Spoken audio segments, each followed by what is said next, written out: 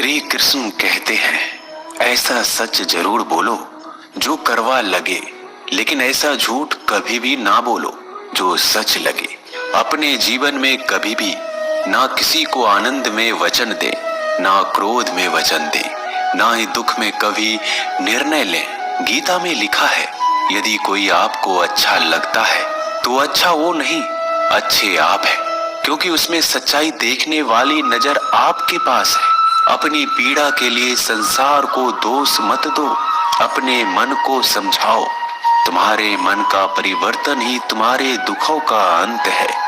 सोच और नियत अच्छी रखिए, फिर आपके कष्ट प्रभु स्वयं दूर कर देंगे। लोग अपने शरीर को सुंदर बनाने में लगे रहते हैं, पर आत्मा की सुंदरता शरीर की सुंदरता से कहीं ज्यादा महत्वपूर्ण है।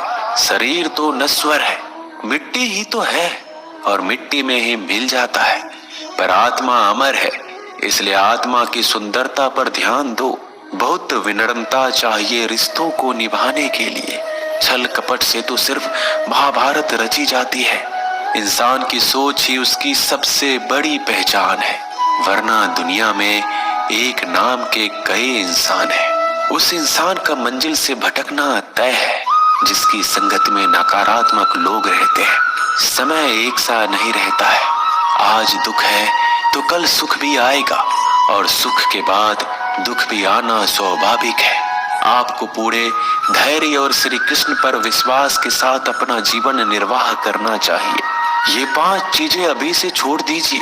दूसरों को खुश करना, दूसरों से उम्मीद करना, अपने भूतकाल में जिंदगी जीना, अपने आप को किसी से कम आंकना और ज्यादा सोचना, तभी आप सबसे बेहतर जिंदगी जी पाएंगे।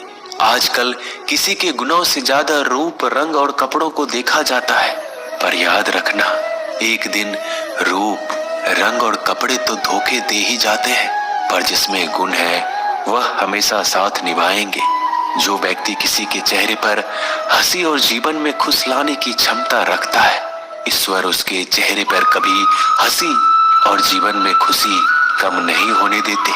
जब धन कमाते हैं तो घर में चीजें आती हैं, लेकिन जब किसी का आशीर्वाद कमाते हैं तो धन के साथ खुशी, सेहत और प्यार भी आता है। धन से ही नहीं, मन से अमीर बने, क्योंकि मंदिरों में स्वर्ण कलश भले लगे हो, लेकिन नतमस्तक पत्थर की सीढ़ियों पर ही होना पड़ता है। भरोसा जीता जाता है, मांगा नहीं जाता। ये वो दौलत है जिसे पाया जाता है, कमाया नहीं जाता। अगर कोई मनुष्य हमारे साथ बुरा कर रहा है तो उसे करने दो, यह उसका कर्म है और समय उसके कर्म का फल उसे जरूर देगा।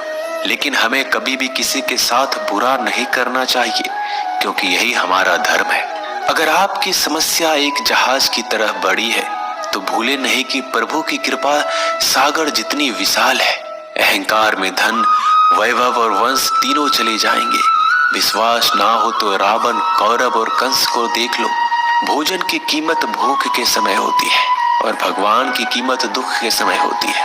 इसलिए अंधकार में छाया, बुढ़ापे में काया और अंतकाल में माया किसी का साथ नहीं देती।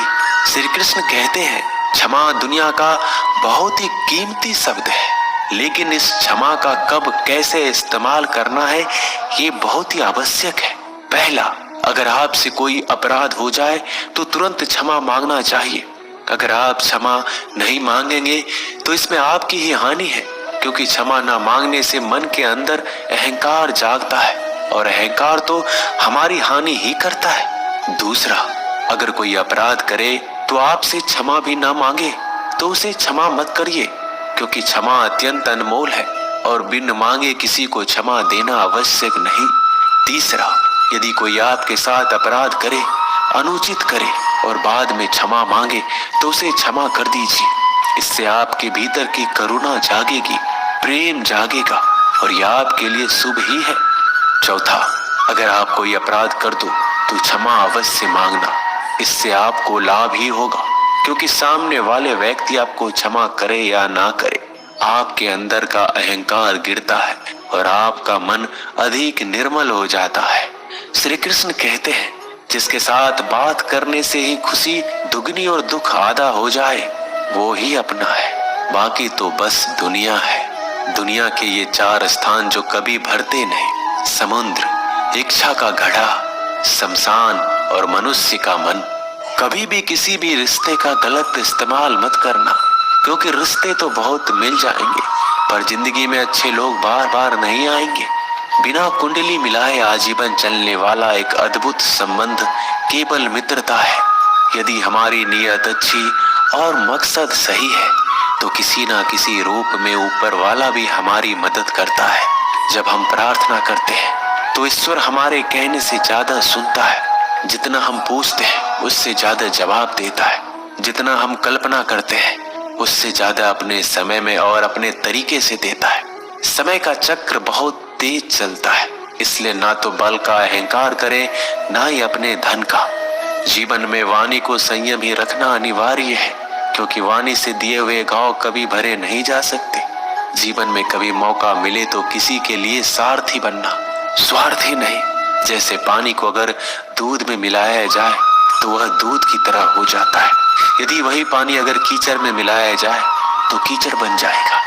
ठीक ऐसा ही मनुष्य के जीवन में भी होता है। यदि एक गुणहीन व्यक्ति गुणवानों के संगत में बैठे तो उसे भी गुणवान समझ लिया जाता है और सम्मान का पात्र समझा जाता है। यदि एक गुणवान व्यक्ति गुणहीन व्यक्ति की संगत में बैठता है तो उसे तिरस्कार मिलता है। इसलिए अपने जीवन में संगति सोच समझकर सावधानी से बनाएं।